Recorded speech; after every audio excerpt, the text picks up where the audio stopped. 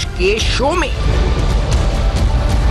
Justice Javed Iqbal की क़यादत में नैब की बदउनवानी के खात्मे के लिए काविशें।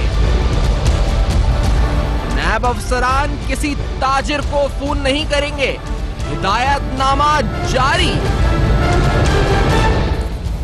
अस्सलाम वालेकुम। पेश पर्दा हक़ाइक़ सनसनीखेज़ इंकशाफ़ात प्रोग्राम बेनकाब में हूँ आपके साथ सैफान खान।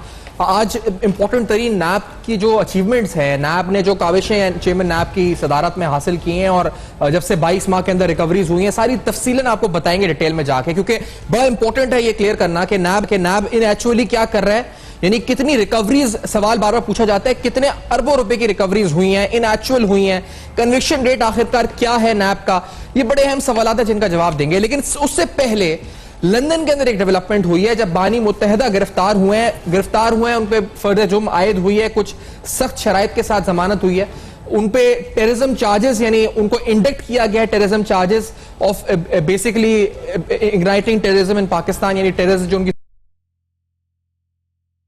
ये एक और दुश्मन पाकिस्तान दुश्मन है, तो इसके कार्रवाई तो बड़ा इसको जिक्र जरूर करें। मौजूद है कंप्लेनेंट है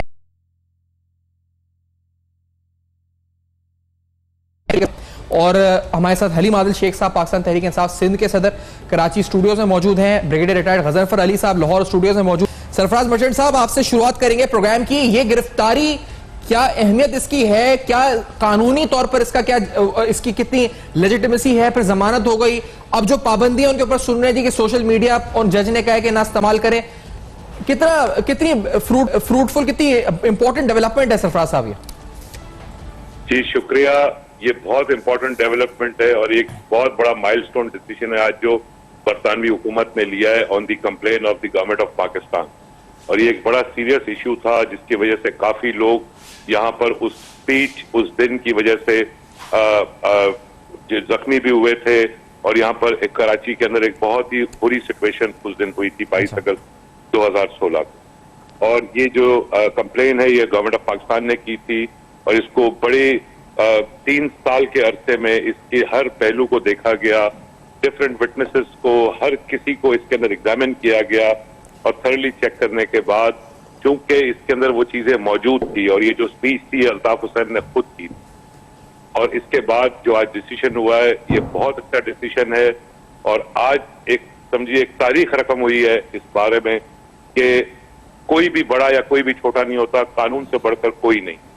और ये जो कुछ हुआ है ये बहुत अच्छा हुआ है और मैं कहता हूं कि इससे चीजें बहुत बेहतरी की तरफ जाएंगी। सही, लेकिन आपने तो कुछ तफसीलात यहाँ पे सबूत FIA को भी दिए हैं, उसमें तो एक नहीं कई नाम और शामिल हैं जो इस पूरे नेटवर्क को या नेक्सस को फाइनेंशियली जिसके इंटरेस्ट थे इसके अंदर और जो पैसे कमाते थे या पैसे इस्तेमाल या डोनेशन की सूरत में डालते थे, तो वो तमाम लोग तो ताहाल गिरफ्तार नहीं हुए, या उन पर अभी तक आप मुतमईन है FIA की कार्रवाइयों से जिस तरह से वो बढ़ रही हैं आगे?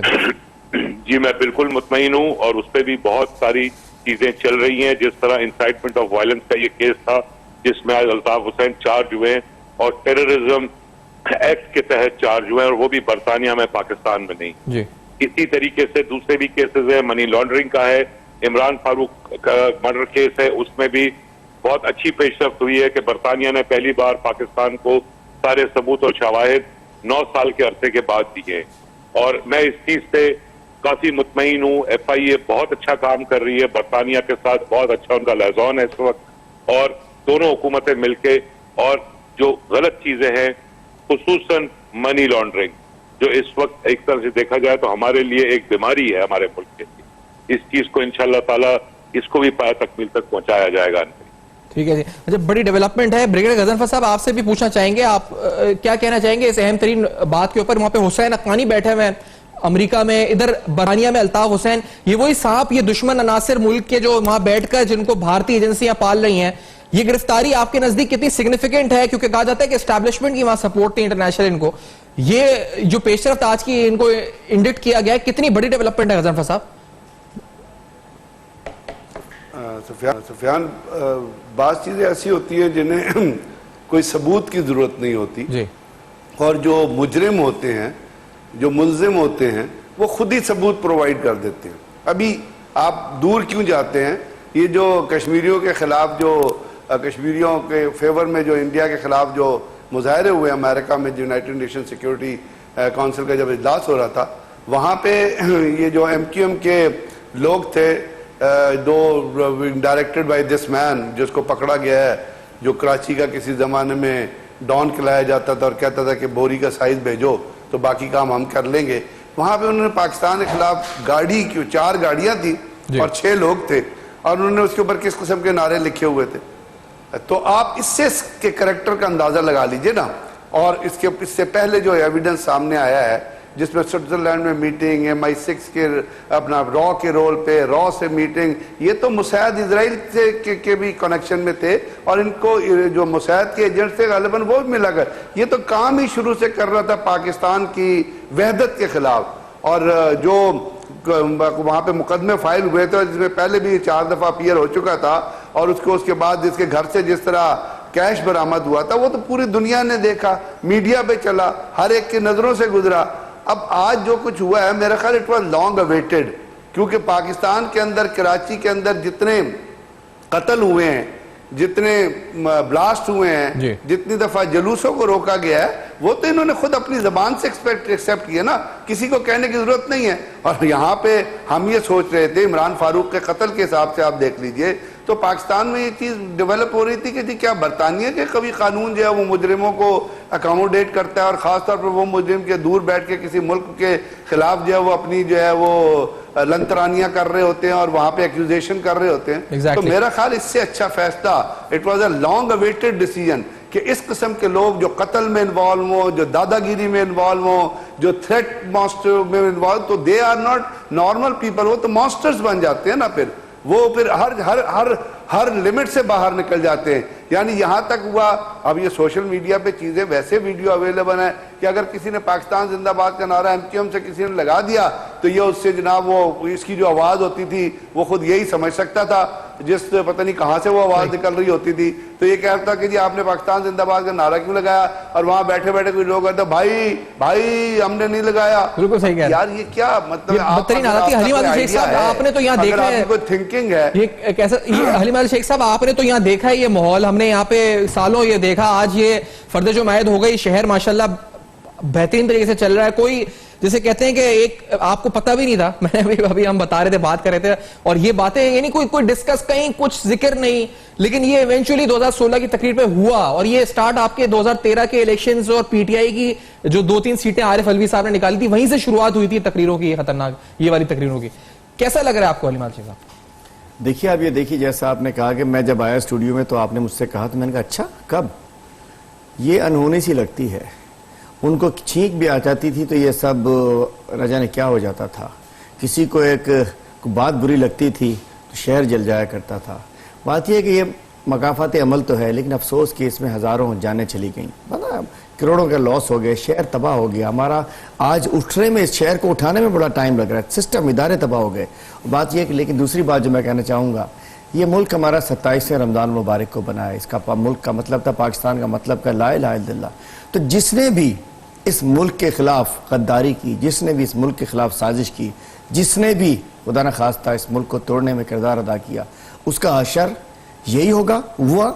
और अब भी मैं समझता हूँ कोई भी शख्स जो इस मुल्क को खुदा न खास्ता मैदान जंग बनाने की कोशिश करेगा, जो बैरूनी इशारों पे इस मुल्क में अफरा तफरी फैलाने की कोशिश करेगा, जो मुल्क को कमज़ोर करने की साजिश करेगा, जो रॉ के इशारे पे चलेगा, तो वही असर होगा जो आज अल्ताफ़ हुसैन को हो गया कि आज उसको कोई सुनने वाला नहीं है, कोई देखने वाला नहीं है, लेकिन उसकी कीमत बहुत बड़ी अदा की गई है इस मुल्क ने, इस सूबे ने, इस शहर ने। लेकिन हम कहते हैं कि देख लो जिसने इस मुल्क के खिलाफ जबान में नहीं। और मैं कहता हूँ जो लोग खड़े हुए, और मैं सलाम पेश करता हूँ, आज अगर अल्ताफ़ हुसैन यहाँ पहुँचा है तो सलाम पेश करता हूँ अपने कप्तान इमरान खान साहब को, कि जिन्होंने पहली दफ़ा आंखों में आंखें डाल के खड़े हो गए थे। और उनके मैं समझता हूँ उस वक्त के साथियों को भी जो खड़े हुए और जिन्होंने कहा था कि मैं इसके खिलाफ बेनकाब करूंगा, अल्ताफ़ हुसैन दहशतगर्द है। बात यह कि आज उसी का नतीजा है कि नजर मैं समझता हूँ उसको अंजाम तक पहुंचना चाहिए, अल्ताफ अंजाम तक पहुंचना चाहिए। यहाँ पे भी कुछ ऐसे केसेस हैं करप्शन के जिनको अंजाम पे पहुंचना चाहिए। हम आपके सामने मेगा केसेस नैब के रखेंगे।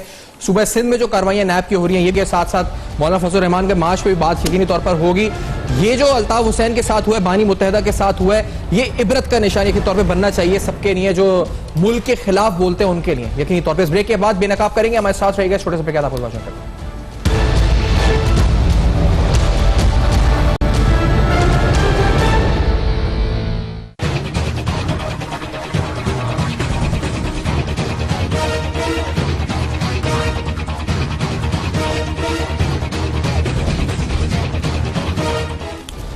Welcome back. आप देख रहे हैं बेनकाब, और बेनकाब में अहम तरीन सवालात, कुछ फैक्ट्स एंड फिगर्स की बात कर लेते हैं। नेशनल अकाउंटेबिलिटी ब्यूरो नैब की जानिब से अब तक क्या रिकवरीज हुई हैं और किस किस ब्यूरो ने कितनी रिकवरीज की हैं। चेयरमैन नैब अकाउंट जो इस वक्त नैब के चेयरमैन है रजिस्ट्रार जावेद इकबाल साहब, 22 माह में 71 अरब की रिकवरीज कहते हैं इस वक्त हुई हैं। आपको डिटेल वाइज स्पेसिफिक बताते हैं क्या क्या इस वक्त इन तफसीलात हैं। इन तफसीलात में जाते हुए, यानी जिस तरह मैंने बताया कि गुज़श्ता 22 माह में 71 अरब की वसूलियां हैं। ये 22 माह ये वो पीरियड है जब chairman NAB justice Javed Iqbal साहब टेक ओवर नैब को कर चुके हैं। इसके ब्रेकअप में जाएं तो नैब सक्खर ने, जिसने हालिया दिनों खुर्शीद शाह, ओवैस कादिर शाह यानी दीगर इंपॉर्टेंट केसेस जो कर रहा है, 10.65 अरब रुपए की वसूलियां की हैं। अब ये डायरेक्ट और इनडायरेक्ट वसूलियां इसमें शामिल हैं। नैब लाहौर ने 31 अरब रुपए 31.23 अरब रुपए की वसूलियां इस वक्त तक की हैं, और ये सब में ज्यादा रीजनल ब्यूरोज में वसूलियां जो नैब लाहौर ने की हैं। नैब बलूचिस्तान ने 0.94 अरब रुपए की वसूलियां की हैं। नैब कराची जहां इस वक्त बैठे हुए हैं 10.86 अरब रुपए, और मेगा केसेस नैब इस वक्त देख रहे हैं कराची में 10.86 बिलियन की रिकवरीज की हैं। नैब रावलपिंडी ने 14.65 अरब रुपए, नैब मुल्तान ने 2.5 अरब रुपए, नैब खैबर पख्तूनख्वा ने तकरीबन 0.5 अरब रुपए की रिकवरीज की हैं। और इसी तरह नैब गिलगित बल्तिस्तान ने 0.014 अरब रुपए की रिकवरी की। इस वक्त नैब सक्खर ने तकरीबन जो है इस वक्त 10.65 अरब की रिकवरीज की हैं। तो ये नैब की रिकवरीज हैं। कुछ और डिटेल्स आगे प्रोग्राम में बताते रहेंगे, लेकिन कैसर अहमद शेख साहब नून लीग से हमें ज्वाइन कर रहे हैं। हलीम शेख साहब जो अभी बात भी कर रहे थे पीटीआई से हमारे साथ मौजूद हैं। ब्रिगेडियर गजनफर अली साहब हमारे साथ लाहौर में मौजूद है, सीनियर तजरकार है। हलीम शेख साहब, आपसे इस बात को शुरू करते हुए, ये रिकवरीज ये नैब जो कर रही है सक्खर में देखें बड़ी 10 अरब से ज्यादा की रिकवरीज हुई हैं, 22 माह की हैं। चेयरमैन नैब ने कुछ ना हो काम तो किया है इस बार, ये हम कह सकते हैं मतलब भरपूर तरीके से। देखिए, मैं समझता हूं कि नैब एक आज़ाद इदारा था, आज़ाद इदारा है, आज़ाद इदारा रहना चाहिए। और चेयरमैन नैब साहब इनको जो लगाया वो प्राइम मिनिस्टर उस वक्त के नवाज शरीफ साहब, अपोजिशन लीडर खुर्शीद शाह साहब ने इनको अपॉइंट किया था और जस्टिस हैं। तो मैं समझता हूं कि परफॉर्मेंस पिछले जो चौधरी साहब थे वो नैब का उसका आपने हाल देखा था कि नैब का क्या हाल था। जो पता नहीं कौन थे नून लीग के समय, इनसे पहले वाले कमरुज़्ज़मान चौधरी साहब जो थे, उसके बाद उस जमाने में सिंध में हमने देखा कुछ दुरानी साहब भी यहाँ नैब में लगे रहे। तो मतलब नैब को भी एंटी करप्शन और न जाने किस किस्म का इदारा पहले बनाया हुआ था। हमने आके अगर कुछ किया है तो हमने क्या किया, इदारों को मजबूत करने के लिए कोशिश की है कि इदारे आज़ादी से अपना काम कर सकें। और इस वक्त तक ये जो भी रिकवरीज का आपने जिक्र किया है, ये वो तमाम केसेस हैं जो कि पुराने दौरों के, मतलब इनके भी आने से पहले स्टार्ट हुए होंगे, अब जाके रिकवरीज हुई होंगी। अब उसके बाद नैब को पोलिटिसाइज करना, नैब को कहना कि जी कोई पॉलिटिकल विक्टिमाइजेशन में इस्तेमाल हो रही है, ऐसा नहीं है। मुल्क अगर हमारा पीछे गया है, मुल्क अगर हमारा यहाँ पहुंचा है, मुल्क को अगर जिन्होंने लूटा है, आज अगर उनके हिसाब किताब की बात होती है तो कहते हैं नैब ने गलत कर दिया। कल मैं सईद गनी साहब की प्रेस कॉन्फ्रेंस सुन रहा था, वो कह रहे थे कि जी एजाज जखरानी के घर में नैब घुस गई, ये हो गया वो हो गया। लाजिम बात है, सिंध पुलिस तो नए पुलिस ऑर्डर आने के बाद आप डिसऑर्डर कर दिया, आपकी अपनी हो चुकी है, आपके अपने अफसर लगे हुए हैं।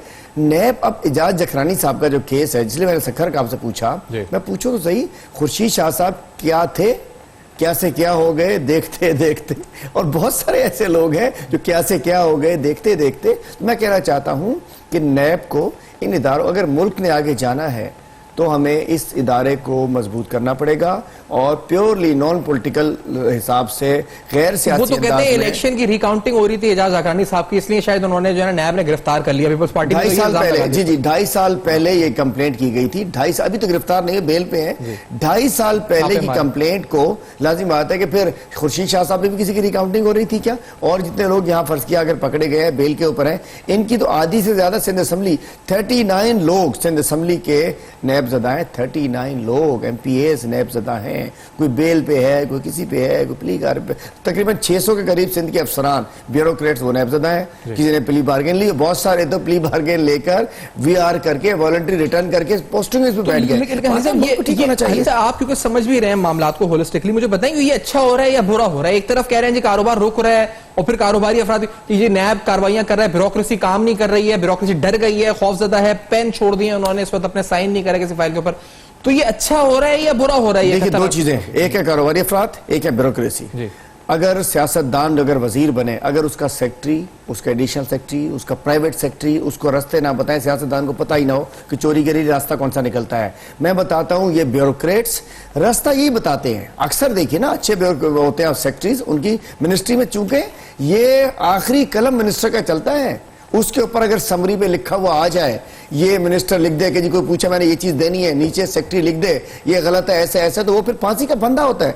बात ये है कि ब्यूरोक्रेट्स, मैं कहना चाहता हूं कि ब्यूरोक्रेसी अगर हमारी ठीक हो जाए, सियासतदान जितना बड़ा चोर हो कुछ कर ही नहीं सकता, सारे रास्ते ब्यूरोक्रेट्स दिखाते हैं। जो करप्ट हैं, जो अच्छे हैं, वो अपना अच्छा नाम लेके निकल के चले जाते हैं। तो ये तो गलत है। ब्यूरोक्रेसी कलम इसलिए छोड़ दिया, उन्हें पता है कि गलत कलम चलाते थे, सही कलम में 2 पैसे नहीं मिलते। पिछले साल सिंध का 258 बिलियन अरब का जो डेवलपमेंट का बजट था, 35 अरब रुपए खर्च, 35% खर्च हुआ।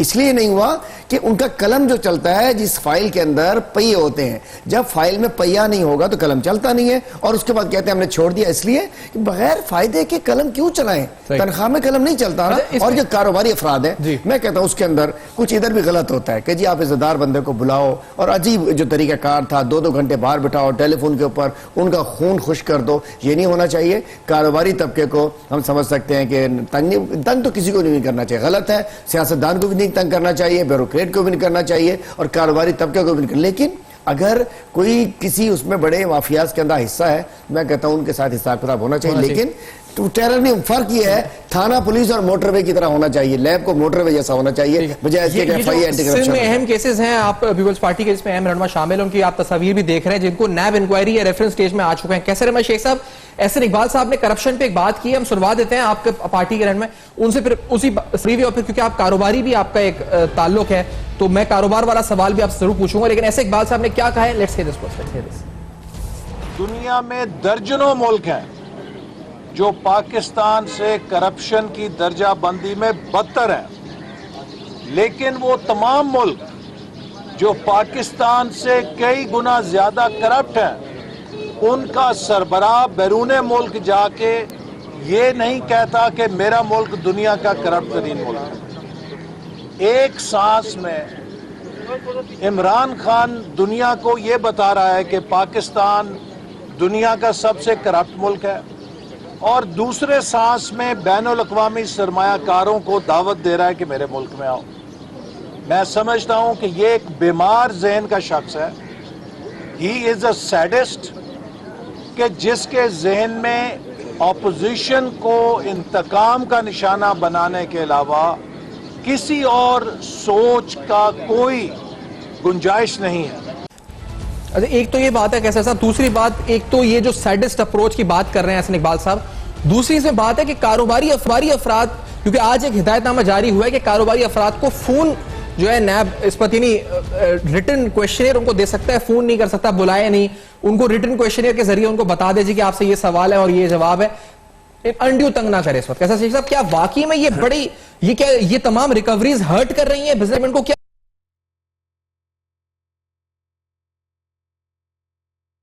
नैब की रिकवरी तो कोई रिकवरी भी नहीं है। देखिए, ये कह रहे हैं 2 साल में इन्होंने 70 अरब रुपए वसूल किए जी। हमारी कौमी आमदनी 1 साल की 40-42 हज़ार अरब रुपए है। 2 सालों की 85 हज़ार अरब रुपए में से इन्होंने 70 अरब वसूल किए, जो कि 1000 में से एक है, 1% का 10वां हिस्सा है जो इन्होंने वसूल किए। कहते तो ये थे कि बहुत बड़ी करप्शन है। फिर आप ये बताइए कि ये आज ही जो सर्वे आया है, इंटरनेशनल जो सर्वे है, आपने देखे होंगे वर्ल्ड इकोनॉमिक फोरम का, जो उसमें वर्ल्ड इकोनॉमिक फोरम से जो उन्होंने ये कहा है कि करप्शन हमारे यहाँ पहले से बढ़ गई है। उन्होंने ये कहा है कि जो बिजनेस करने के लिए माहौल है वो दुनिया में 142 मुल्कों में से पाकिस्तान 110 मुल्क पे आ गया है, पहले से भी और बढ़ गया है, यानी कम हो गया है उसका दर्जा। और हमारे यहाँ साउथ एशिया में 5वां नंबर है। हमसे इंडिया तो बहुत बेहतर है, बांग्लादेश भी बेहतर है, श्रीलंका भी बेहतर है, नेपाल भी बेहतर है। ये बिजनेस, ये मेरा नहीं है, ये तो एक इंटरनेशनल फोरम से आ रहा है आपके पास ये चीजें। और करप्शन पहले से बढ़ गई है।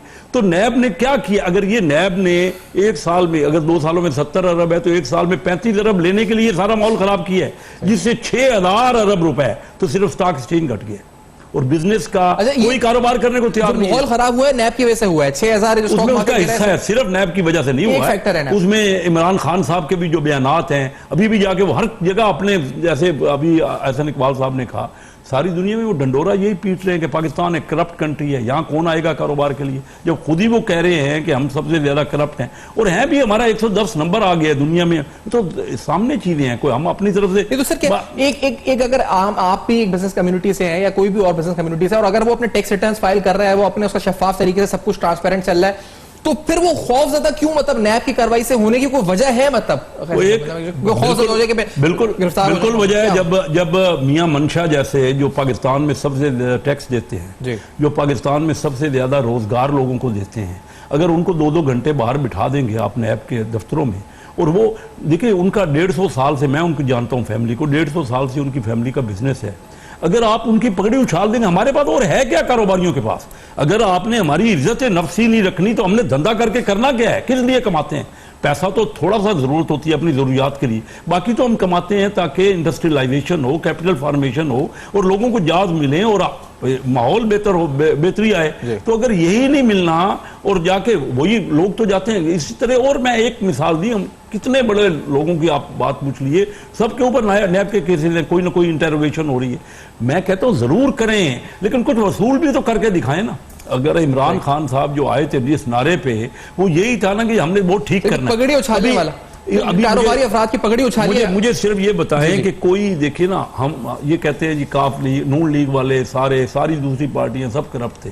अभी 1.25 साल हो गया ना इनको, क्या पिछला अभी जो जून में क्लोज हुआ है साल, उसमें इन्होंने कोई टैक्स हमसे उतना भी नहीं मिला जो हमारे, अगर सारे ये नेक नियत हैं और साफ सुथरे लोग हैं, तो वो टैक्स किधर गया जिसकी इतनी करप्शन हो रही है, जिसकी बुनियाद पे इन्होंने इस बात पे, क्योंकि ये बड़ा अहम सवाल है। नैब कह रही है हमने 71 बिलियन की रिकवरी की है, अभी कैसे साहब कह रहे हैं कि this is peanuts economy size के हिसाब से, और वो चले जो भी है, कितना भी उसका हजम है। सवाल ये कि वो कह रहे हैं कि इससे और नेगेटिव सेंटिमेंट हो रहा है बजाय पॉजिटिव होने के, और नेगेटिविटी ज्यादा फैल रही है। क्या बात दुरुस्त है गजनफर साहब? पहली बात तो ये कि एक जो ईज ऑफ डूइंग बिजनेस का जो आप जिक्र कर रहे थे, उसमें 2018 में पाकिस्तान जो 147वें नंबर पे था जी, और 2019 में पाकिस्तान 136वें नंबर पे। तो इसका मतलब है कि आपकी रैंकिंग जो है 11 नॉचेस इंप्रूव हुई है। और ये आप फिगर निकाल के देख लें, ये कहना कि पाकिस्तान नीचे गया, दैट्स नॉट करेक्ट। 2018 में 147 था और 2019 में ये 136वें नंबर पे खड़ा है। दूसरी बात आपने कही कि नैब की रिकवरी, तो आप उसको, मैं इकोनॉमी के साइज पे नहीं जाता क्योंकि वो बड़ा क्वेश्चनेबल चीज़ है, लेकिन आप इसी रिकवरी को कंपेयर कर लें, पुराना जो कमर जमान साहब थे उनके ज़माने की रिकवरी निकाल लें और उससे कंपैरिजन करके आप देख लें कि डिलीवरेंस चाहे एक पैसा भी डिलीवर हुआ है, क्या वो डिलीवर हुआ है या नहीं हुआ है। क्वेश्चन ये है, इकोनॉमी के साइज को तो छोड़, अब इकोनॉमी के साइज में आप करप्शन तलाश करने जाएंगे तो अलग बात है ना। अब जो लोग बैठे हुए हैं जेलों में हैं, जो पैसा देने पर राजी नहीं है, they are ready to suffer, तो नैब ने कोई गोली तो मारनी नहीं है, उन्होंने तो इसी तरह कहना है कि आपने प्ली बार्गेन करनी है या नहीं करनी, otherwise you go to the jail. तो मेरा ख्याल जितना भी आया, अगर 2 रुपए भी आए हैं तो वो पाकिस्तान की इकोनॉमी के अंदर आए हैं। अच्छा गजनफर साहब, अगर जब भी कंपेयर करना है इस बात को यहीं से, अगर हम आपकी बात को यहीं से जोड़ेंगे, इस ब्रेक टोटल जो रिकवरी पे आप बात कर रहे हैं ये भी आपके सामने रखते हैं, और गजनफर साहब जो बात कह रहे हैं इसको कंटिन्यू करते हैं। इस ब्रेक के बाद नाज़रीन वापस आते हैं, नैब की कारकर्दगी पर बात हो रही है, बेनकाब है, हमारे साथ रहिए। वेलकम बैक, आप देख रहे हैं बेनकाब, और बेनकाब में अहम तरीन सवालात। आज नैब की कारकर्दगी पे अब तक बात हुई है, मजमूई तौर पे जो केसेस नैब लेके चल रहा है मुख्तलिफ शहरों में और कितनी रिकवरीज नैब कर चुका है। अब सवाल यहाँ पर यह है कि कमरुज़्ज़मान चौधरी यानी जो साबका नैब चीफ थे, उस दौर से जस्टिस जावेद इकबाल के दौर को कंपैरिजन करें और कुछ फिगर्स आपके सामने रखते हैं, यानी बल्कि जो नैब जब से बनी है, जब से अब तक नैब की रिकवरीज कितनी हुई हैं, और अब 22 माह में जिस तरह हमने बताया कि 71 अरब की रिकवरीज हुई हैं, तो नैब ने जब से कयाम हुआ है नैब का, यानी जनरल मुशर्रफ साहब के दौर में, जब से अब तक टोटल 342 अरब रुपए की रिकवरीज बदनवान अनासर से की हैं, जो रकम लूटी हुई रकम थी वापस लाई है थ्रू प्ली बार्गेन और वॉलंटरी रिटर्न्स। इसमें से 22 माह में 71 अरब जो है वो जस्टिस जावेद इकबाल ने रिकवर किया है। एहतसाब अदालतों में बदनवानी के टोटल जो रेफरेंसेस नैब ने दायर किए हैं इस दौरान वो 1219 रेफरेंसेस हैं। नैब का मजमूई तौर पर सदा दिलवाने की शरह है जो नैब कहती है अकाउंटेबिलिटी कोर्ट में कन्विक्शन रेट है वो 70% है जो नैब की अपनी रिपोर्ट्स हैं उसके मुताबिक। और नैब ने जो मेगा केसेस थे जो कमरुज़्ज़मान चौधरी साहब के दौर में स्टार्ट हुए थे, उन 179 मेगा करप्शन केसेस में से 105 मुकदमात में रेफरेंस दायर कर दिए हैं, 15 मुकदमात इंक्वायरी स्टेज में हैं, जबकि 18 मुकदमात इस वक्त इन्वेस्टिगेशन के मराहिल में हैं। गजनफर साहब, टोटल 342 अरब की रिकवरी और इन 22 माह में 71 अरब की रिकवरी आप गुफ्तगू कर रहे थे, तो ये 71 अरब जावेद इकबाल साहब की कारकर्दगी है। टोटल 342 जो अब तक नैब बना जब तक अब तक की कारकर्दगी है। गजनफर साहब, मैं यही आपसे अर्ज कर रहा था ना कि आप जब इसको देखेंगे तो इसको टेन्योर वाइज देखेंगे कि पहले टेन्योर में क्या हुआ या इससे पहले जो टेन्योर था उसमें क्या हुआ। और अगर ये 72 अरब रुपए आए हैं और इसके साथ जैसे केसेस इन प्रोग्रेस हैं तो नेचुरली ये ग्राफ ऊपर जाएगा। और जो भी पैसा पाकिस्तान की तरफ आए, जो हमारे स्टैटिस्टिक्स हैं, जो हमारी हालत है, उसमें ये प्रोडक्टिव ही होगा ना कहीं लगना चाहिए इसको, न किसी तरह आपके खजाने में आएगा। और दूसरी बात है, जहाँ तक आपने एक दूसरी जिक्र जो किया था, मैं ये समझता हूँ कि जो हमारी बिजनेस कम्युनिटी की जो तहफ़्फ़ुज़ात हैं उनको वाकई दूर करने की ज़रूरत है। अगर कोई रिजर्वेशंस हैं और कोई ऐसी चीज़ें हो रही हैं जिसमें वो फील करते हैं कि जो उनके साथ गैर ज़रूरी तौर पे कोई लॉ पास किया जा रहा है, जैसे मैं ये समझता हूँ कि ये जो 50,000 रुपए की जो कदगन लगाई जा रही है कि अगर आप ये करें तो आप आइडेंटिटी कार्ड पेश करें, ये एक सीरियस चीज़ है। आइडेंटिटी कार्ड देखिए वो प्राइवेट डॉक्यूमेंट होता है, पूरी दुनिया में इसको प्राइवेट तौर पे लिया जाता है। अगर ये चीज़ें आप बाजार में आम कर देंगे, दुकानदारों को प्रोवाइड कर देंगे, तो वो उस आदमी की सिक्योरिटी कहाँ रहेगी? उस आदमी के तो तमाम डाटा कॉम्प्रोमाइज हो जाएगा। और इससे पहले आपने देखा कि पाकिस्तान में जाली शनाख्ती कार्ड, जाली पासपोर्ट, इसीलिए तो नादरा ने सब चीज़ें जो वो मशीनों पे लेके आया और सब चीज़ों को टेक्निकल किया है। इससे पहले चौधरी निसार के ज़माने में कितने सारे सिम्स कैंसिल किए गए, कितने सारे नादरा आईडी कार्ड। तो ये सिक्योरिटी के हिसाब से भी इसको देखना चाहिए, फिर उनको अटेंड करेंगे, चाहे वो ब्यूरोक्रेसी के हिसाब से हो, चाहे वो बिजनेस कम्युनिटी के हिसाब से हो, उसमें वो तहफ़्फ़ुज़ात दूर करने की ज़रूरत है। और नैब का नेचुरली एक आदमी जो समरी साइन कर रहा होता है उसको ये तो उसका फिर जब वो सिग्नेचर कर देता है तो उसको आने वाले दिनों में उसका प्रूफ भी बर्दाश्त करना पड़ता है। ठीक है। अच्छा, गजनफर साहब की आवाज़ में भी इस वक्त हमें कुछ गजनफर साहब की आवाज़ भी अगर हम रिकनेक्ट करते हैं तो देर में आवाज़ में समझ, लेकिन आपने ओवरऑल जो बात की वो यही कीजिए कि नैब की कारकर्दगी कंपैरिजन टेन्योर का हम कर सकते हैं किस तरह से। हलीम अल शेख साहब, ये अब सवाल ये है जी कि अब ये सब कुछ हो रहा है, ठीक है, डर खौफ जो फिजा है ये जस्टिफाइड है या नहीं है? ये अभी इस वक्त उन्होंने कहा कैसर साहब ने कि मियां मंशा साहब को 2 घंटे आप बिठा देंगे, तो जाहिर बात है असल चीज तो इज्जत होती है, इंसान की इज्जत ही खत्म हो जाए, किधर क्या जाएगा? पगड़ी उछाल दी आपने उसको। देखिए कैसर भाई बहुत मोहतरम है मेरे लिए, मैं इनकी बड़ी इज्जत करता हूँ, लेकिन ये मिसाल ही मियां मंशा की ना देते, अनवर मजीद की ना देते, इस किस्म की जो चंद लोग हैं जो कि जिन्होंने लूटा है, जिन्होंने तबाह किया है, जिनकी वजह से आज लोगों को 2-2 वक्त के घरों पे फाके पड़ गए हैं, जिन्होंने उस वक्त के हुक्मरानों को, उस वक्त की अशराफिया को, उस वक्त के सिस्टम को यूज़ किया, जो सिस्टम जिन्होंने चलाए हैं, मैं कहता हूँ उनकी मिसाल ना दीजिए। वो तो उनकी वजह से जो अच्छे बिजनेसमैन हैं इन जैसे और बहुत सारे लोगों जैसे, उनकी मैं सूरत हाल है कि मैं उनसे उनको नुकसान हुआ है। देखिए ना, बहुत सारे यहाँ भी जैसे हमारे सिंध में बात करते हैं, ओमनी ग्रुप की बात आती है, फिर तो बिजनेसमैन है, उनको तंग नहीं करना चाहिए। लेकिन जहां देखिए वो शुगर मिलें खा गए, वो पावर प्लांट के पैसे खा गए, वो थर के आरओ प्लांट्स के पैसे खा गए, वो मतलब क्या कुछ नहीं किया है। इसी अंदाज में मियां मंशा साहब को मैं समझता हूं उस बिजनेस मैन की आप उससे कैटेगरी से निकाल दें, ठीक है, जब तक मियां मंशा साहब उस वक्त तक थे जब तक उन्होंने फैसिलिटीज हासिल नहीं की थी। पंजाब में तो जो कुछ होता था मियां मंशा मियां मंशा मियां मंशा, क्या उनकी मंशा के बगैर कुछ होता था? मियां मंशा जो कुछ हुआ, मैं नहीं समझता कि बिजनेस सेक्टर में मियां मंशा से बड़ा किसी की मंशा चली हो। बात यह कि हम उनको निकालते हैं, लेकिन उसके अलावा जो बिजनेस कम्युनिटी है, जो हमारा बैकबोन होता है, जो इस किस्म के मामलात में गलती से भी फंस जाते हैं, मैं कहता हूं उनको अलग होना चाहिए। और जो लोग by plan, by mean, by partnership, जो फ्रंट, जो कि एक सिस्टम को इस करप्शन, देखिए कोई भी शख्स अगर उसको कोई, जैसे मैंने कहा कि ब्यूरोक्रेट का कलम ना हो तो पॉलिटिशियन करप्ट नहीं हो सकता। दूसरी जानिब जो करप्शन से लूटा हुआ पैसा कंज्यूम करने के लिए कोई बिजनेसमैन ना हो तो वो चोरी का पैसा बंदा अपने घरों में, अपनी अलमारियों में, अपनी तिजोरियों में तो रख सकता है, लेकिन उसके लिए टीटियां लगवाने वाले जब तक नहीं मिलेंगे, जो टीटीज का मशवरा देते हैं, जो कहते हैं यहाँ बिजनेस इन्वेस्ट कर दो, वहाँ ये कर दो, वहाँ वो कर दो, मैं कहता हूँ ये चेन होती है जिससे एक नाम आता है कि पॉलिटिशियन करप्ट है, लेकिन उसके बाद चेन होती है, उसकी करप्शन से कमाए हुए पैसे की कंजम्पशन जो है वो बिजनेसमैन करता है या बिजनेसमैन रास्ते देता है, वहां से किकबैक्स जो पॉलिटिशियंस को मिलते हैं, एक का कलम चलता है, एक की किकबैक्स चलती हैं, एक के मशवरे चलते हैं, एक का देखिए ना सारा कुछ भी। यहाँ 2008 में जब ओमनी ग्रुप आगे बसाया गया, सिंध पीछे जाता गया, ओमनी ग्रुप आगे जाता गया, ओमनी ग्रुप मजबूत होता गया, वो आगे से आगे जाता गया, तो लाजिम बात उसके अगेंस्ट में उसको फैसिलिटेट करके पीछे सारा जरदारी ग्रुप भी मजबूत होता गया। तो मैं कहता हूं कि इस किस्म के चंद, मैंने ये नहीं होगा, मैं कहता हूं कि टोटल लगा लें 25 से 30 बड़े बिजनेसमैन होंगे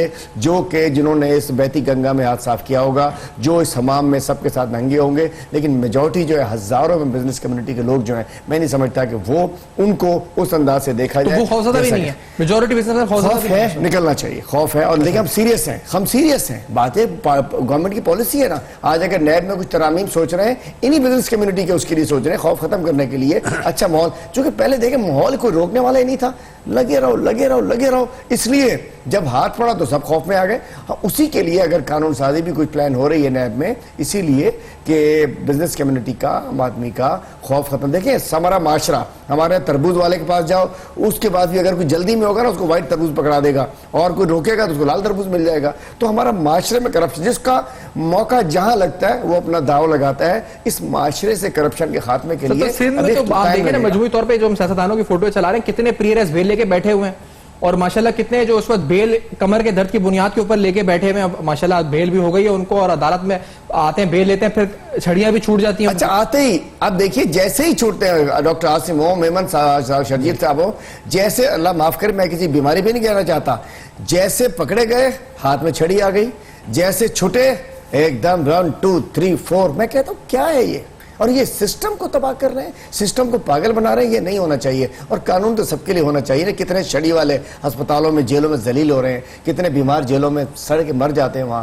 लेकिन बड़ा आदमी के लिए जेल तो मैं कहता हूं उनके लिए ड्राइंग रूम होता है। अब भी लोगों के टेलीफोन मौजूद है, हर जगह मौजूद है। सही। अच्छा, और ये अंडर इन्वॉइसिंग का कैसा साहब जो जिक्र छेड़ा था कि $6 अरब की चाइना से इंपोर्ट में अंडर इन्वॉइसिंग हो रही है, अगर इस तरह के मामला हो रहे हैं तो फिर क्या नैब अपनी आंखें तो बंद नहीं कर सकता ना कैसा साहब? या ऐसे केसेस सामने आएंगे, और जब मीटिंग में, हाई प्रोफाइल मीटिंग में जिक्र हो, आपको पता होगा ऐसा जिक्र हुआ है, तो फिर ये तो नैब केस है ना, ये नहीं है? ये मैं वही तो बात कर रहा हूँ, शायद मैं बात आपको और एक्सप्लेन कर देता हूँ। खुद इमरान खान साहब आम जलसों में कहते रहे कि 12 अरब रुपए रोज़ाना की पाकिस्तान में करप्शन होती है, और ये मैं फिगर हर अपने प्रोग्राम में देता हूँ कि पाकिस्तान का 12% जो इस वक्त सालाना 4000 अरब रुपए बनता है, उसमें की करप्शन हो रही है, अंडर इन्वेस्टिंग हो रही है, मिस अप्रोप्रिएशन हो रही है, स्मगलिंग हो रही है। बात यह है कि उसमें से अगर नैब 35 अरब रुपए एक साल में पकड़ लेगा, जो कि 4000 अरब की हो रही है, इस वक्त हो रही है, तो उसका तो 1% भी नहीं है करप्शन का जो नैब अगर ये पकड़े। और कौन सा इदारा है, बाकी जो 99% कौन पकड़ेगा? यानी 4000 अरब की करप्शन में से अगर 35 अरब रुपए ये पकड़ लेंगे तो 3965 अरब रुपए के लिए कौन सा इदारा है आपके पास? लेकिन सर इस 71 में भी तो इतने लोगों को मसला हो रहा है, तहफुजात है कि मिल रहे सबसे जा जाके कि ये भी क्यों कर रहे हैं 71 अरब रुपए नैब जमा? यही तो हो रहा है ना कि तहफुजात है कि नैब ये भी करना बंद कर दे। कौन कहता है बंद कर दे? उसकी वजह से अगर आप अपनी इकानमी का बेड़ा गर्क कर लेंगे, और कर दिया है ना, हमारी इकानमी क्या थी, $300 बिलियन थी, जो 275-80 बिलियन डॉलर, तो $20 अरब का इकानमी में नुकसान कहां से हो गया? मेरे भाई कारोबार वाले समझते हैं वो माहौल।